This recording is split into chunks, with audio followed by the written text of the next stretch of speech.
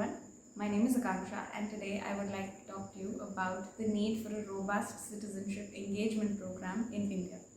So essentially, the topic that we will be focusing on in this conversation would be that of a participatory democracy. But before we move into that, there are some other things that I feel I should address. Firstly is the fact of inclusivity and why I think that is the need of the hour and participatory democracy is a way of reaching to it.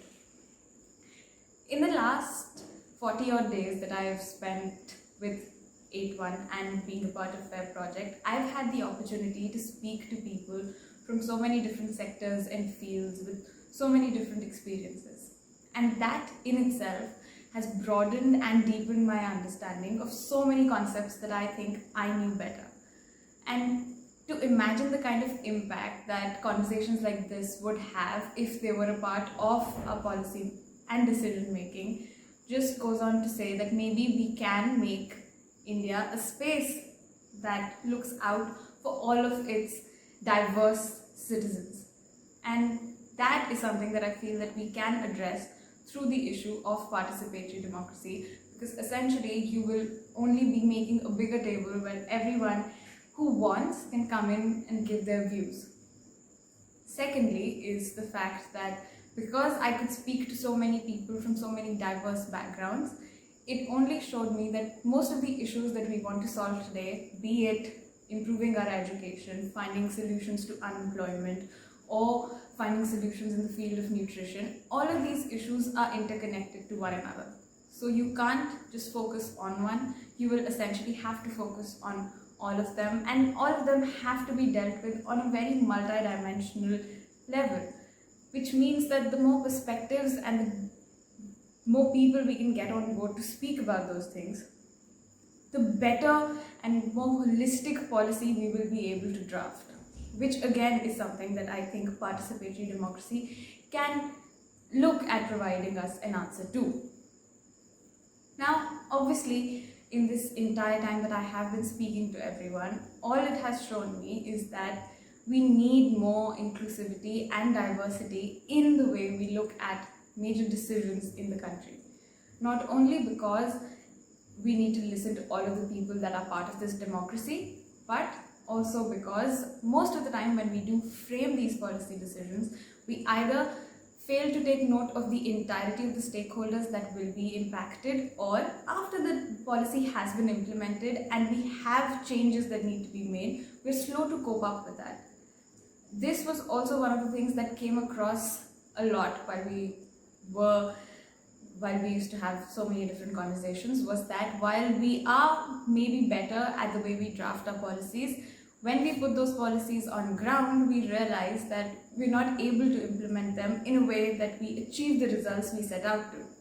And it is this lack of catching up to the changes or the realities or the mistakes that we make in the real world when the policy goes there that we always fail at. It is the implementation that we aren't able to do right. And I do feel that if we start making participatory democracy a part of our policy making, then we can also take the same system and make it a part of a very dynamic feedback system wherein after a policy has been put to test for some time, citizens can come in and offer suggestions, improvements, or even observations as to what effects the policy has on ground. Participatory democracy in its very essence is giving people more political power. So essentially what we would only be doing was bringing the entire citizenry more actively into decision making. Now I understand that on the onset it looks like a very daunting thing to achieve and somehow feels like something that would only increase bureaucratic red tapeism in an institution that is already plagued by it. But I do feel that it would not contribute to those factors. However, I could be wrong. But before we really move into the model and how it could be maybe implemented in India, we should look at one of the only successful or maybe the only experiments that has been done in participatory democracy, which is in Portugal. So in 2017, for the very first time, Portugal rolled out a nationwide participatory budget.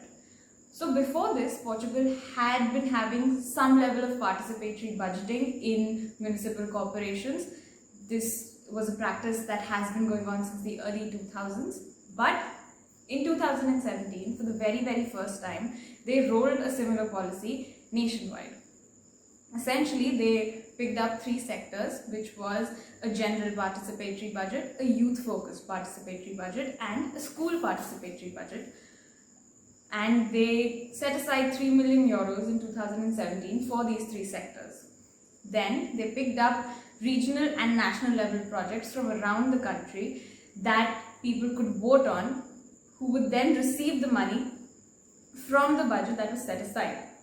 So in 2017, they had 599 such projects, and in 2018, the number went up to 692 regional and national projects that were competing to get a share of this citizens' budget. This budget, which was 3 million euros in 2017, also increased to 5 million euros in 2018. Now, obviously, this exercise in participatory budgeting showed that the decisions that people took were considerate of factors like climate change. They were sensitive to the needs of the stakeholders, as well as the different communities that were living in the country. So obviously the exercise did have some positive results, if not all. India has dabbled in some ways with participatory democracy. A very recent example would be that in 2020, when the central government introduced the national education policy, they sought people's suggestions and opinions on the same. So essentially, to do that, one would need to register themselves on a platform and then submit their feedback. However, the policy was only available in English and Hindi on the website of the government. Now, obviously, we know that language is a barrier to accessibility in the country, and as a country that has 22 recognized languages in its constitution, to only have a national policy available in 2 languages seems like not putting in effort and not taking into consideration the diversity of the citizenry at hand.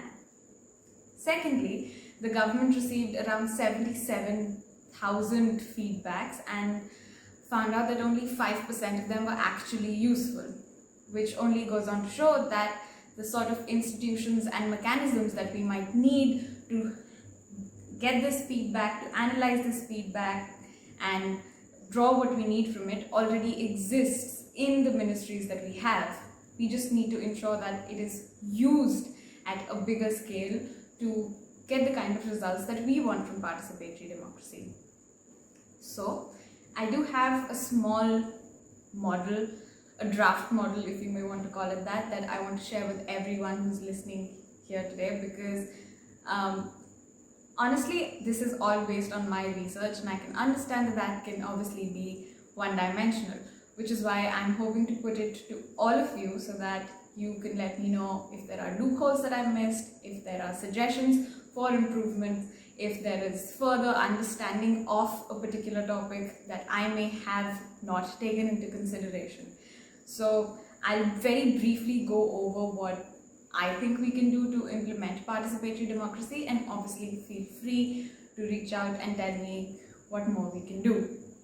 So essentially, we have a very robust system of local government institutions that are already present, be it in terms of municipal corporation, municipal councils, gram panchayats, gram sabhas.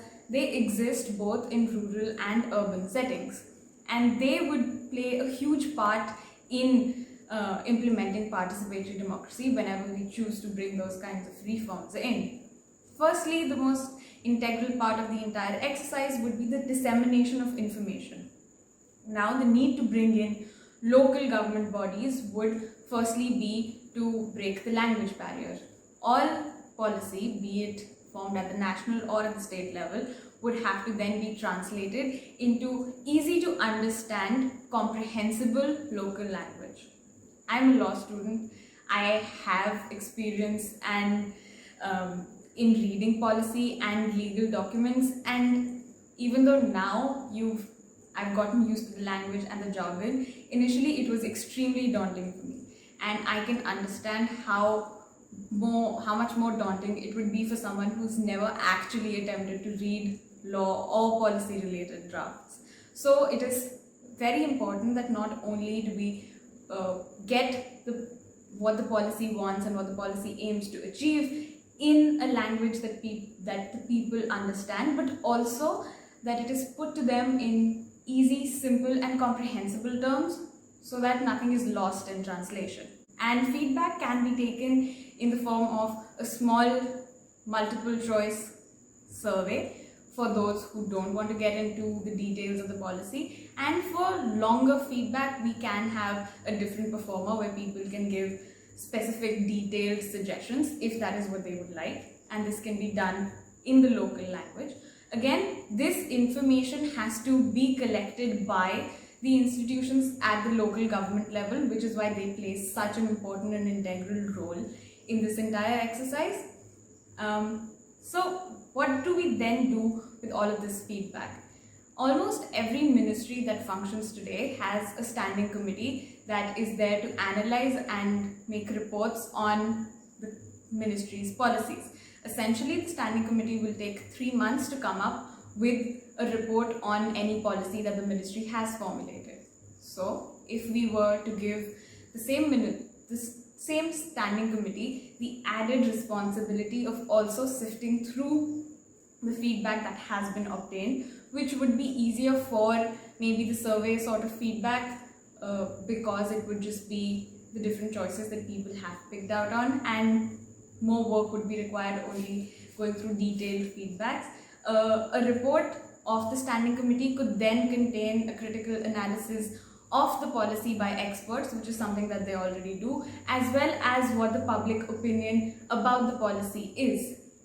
What this exercise would also do is, because you would know the kind of communities and peoples that this feedback is coming from, it would make it easier to do stakeholder mapping, which is, if I'm making policy for a specific community, what that specific community thinks about the goal of the policy, the impact that the policy will have, as well as the shortfalls of the policy and points that the policy has missed, would be even more important to me and would give me a better understanding of the problems that I am looking to solve through that policy. That's about all. I'm going to try and get a link of a draft of the model that I discussed somewhere in the description below. So if you have time, go through it. Let me know what you think. Maybe we can have a conversation about the many loopholes that I already think will affect this system and how we can work around them. I just generally want to know if something like this would actually be possible in our country and how we could make it possible in our country. Thank you to 8one and FAIR for giving me this amazing opportunity to interact with all of you and to interact with the amazing group of change makers in this last month. I've truly had a wonderful time and I'm grateful to everyone involved in the process. It's given me a new perspective on myself and a lot of other things. So thank you.